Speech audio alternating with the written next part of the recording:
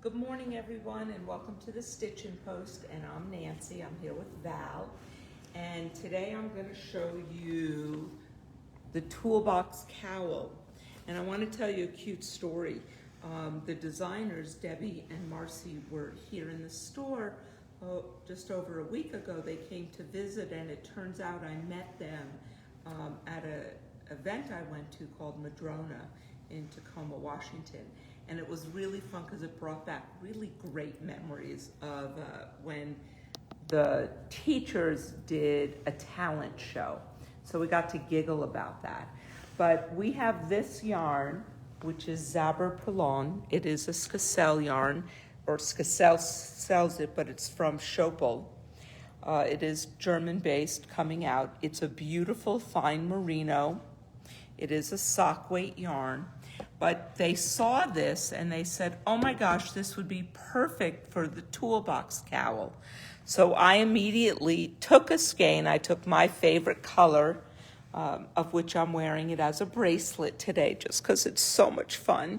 But anyway, I immediately took it home and decided I had to knit it. Now, we had more colors, which you can see online. They sold out within a day. So we will reorder them if you like this idea. It was a really quick weekend project of that, and it dealt with slipped stitches. So I did a little sample here, and Val's gonna come up close so I can show people. So I'm gonna pull this over. I did a little bit, I didn't do it exact. I just wanted to get a little ribbing up.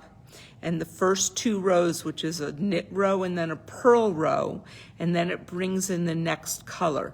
I decided to use the bright yellow so that you could really see what I'm doing. So I have a rib, a knit row, and a purl row. And the way the pattern goes on them, and I'm sorry, I'm going to pull this over just so you can kind of see how they do it.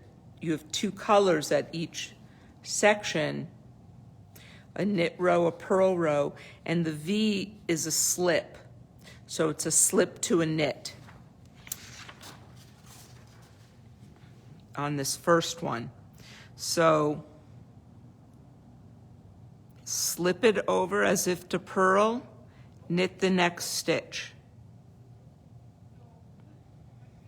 And I pulled it in twice, hold on.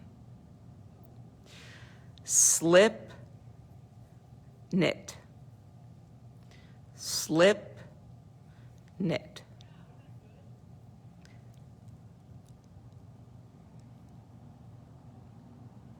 Whoops, I need more coffee. Slip, knit, slip, knit. I'm going to go quickly through the whole row.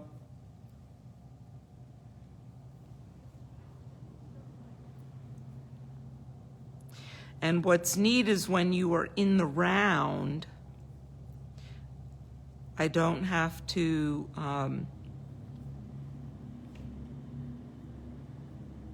come back or do anything on the wrong side.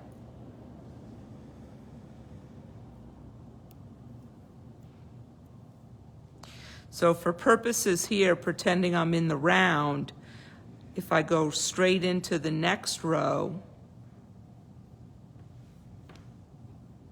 which was the same thing,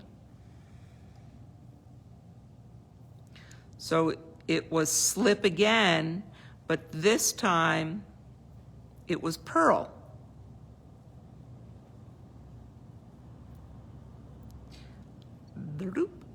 Yarn in back, slip, yarn in front, purl.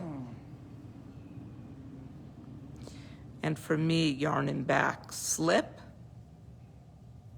yarn in front, purl. And you are, I'm going to switch to continental so I can get a little quicker, just to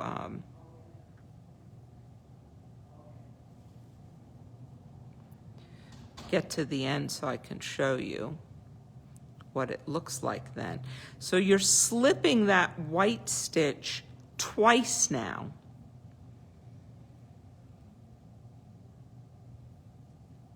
And what that does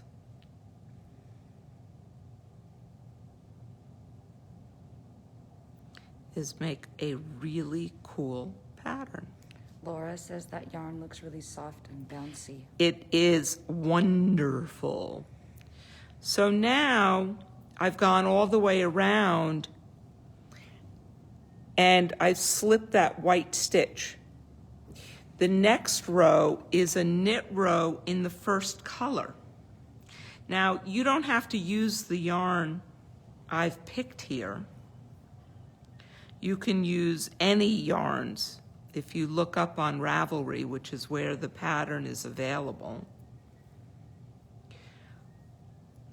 But I just thought it was brilliant for this yarn because it goes through that gradient and it just makes, I love the cowl. I'd like one in every color. It's a great gift. It's quick. It sells for $30. Now I am doing the small cowl, so it's only 52 yards that you need of. So look how cool that looks. Mm-hmm. And that's how you get, if Val gets real close, those colors in between. So you could change it up. I like the way the balls come. I started here and went one by one all the way around. And I like that. So look how much fun you could have with this. Any questions? Now that is a typical slip stitch. And there are lots of patterns on Ravelry that deal with slip stitches. But this is a really easy one to get you started. So it's the toolbox cowl. And these ladies have a whole bunch of other patterns on Ravelry. They're really, really nice. We're going to show a few more of theirs. So the next thing, though, is we're coming to the end of our actual knit along because I'm going to move on to other things, even though a lot of us, including me, are still working on it. What I wanted to show here is how, and I'm sorry, my yarns up here got sugar, but I keep them pretty, if you can see, let me untangle this. I should have done it. I had it actually done before, and then I just, yeah, Valerie's laughing at me. But I'm working with double skeins. I keep them separated so I know where they are. Don't look at this little mess, but normally they, don't laugh at me. If you read the pattern, I cast on my normal cast on with one and then cast on again. And if I go to Is this the on front? here, Is this the front of the vest? these are the fronts of the vest, but this goes for any two fronts, any two sleeves, anything that you don't want to have to count rows to make sure that they're equal fronts. I do them at the same time. So I have to tell you, I haven't done these pockets yet. I'm not sure I want to put pockets in, so I waited. So I cast on, I've done to both, and I'm doing the ribbing for both.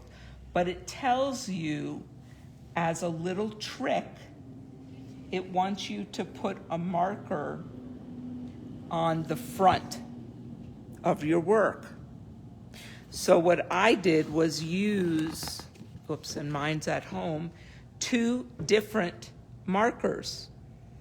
And I wrote a little key that says the pink is the left side and the purple is my right side. And that way, as I go up, I know that if I've knit across here, I must knit all the way across. I tell people, don't ever stop in the middle or you'll lose your direction. If it helps, put these two right at the corners so you know when they're kissing, you should be on the front, and when they're not, you're on the reverse side. And that way, you know going up where the sides are and where the front is. It's really easy, and when you start knitting with double strands, you're going to knit, knit, turn one way, and then turn back. And that way you're never doing what my yarns just got tangled up in the bag. But for the most part, I have them in here and they're completely separate. I keep them, now I've really made them tangled, but I keep them separate like this. You can put them on two sides, one on each side of your hips or on couch or something, but that way if you turn one way and then turn it back, you're never making a mess. I always do my fronts at the same time and my sleeves at the same time, because then you never have to measure. You're only measuring one. You don't have to try to match. So when I start the V-neck on one, I can start it on the other. Any questions? Because I have one other thing I want to talk about today. Okay. I had a customer in yesterday who was doing this really cute sweater. It's a little hoppity-carty. I want to show you, it's from the Sublime book. And she's coming to sew it together. And although I'm not going to show you, she did an overhand stitch, as opposed to, here's the mattress stitch, if Val gets in close. And a normal mattress is pulling 2 bars, 2 bars, 2 bars. And I'll show that later. But the reason why hers didn't look so neat and to be able to do that is because she did her decreases right on the edge. Now, in some patterns, it will tell you knit 1, decrease, SSK, dude. And I brought our book here because if you don't have this, it's a great book for your library on increases and decreases. And it also goes through, you want to leave an edge stitch for seaming. If you don't, when you go to seam, it will not look nice like this. They will not lie together. And we want our seams to lie nicely and look uniformed. So these were done 1 stitch in because that stitch was going to become the edge stitch to sew together.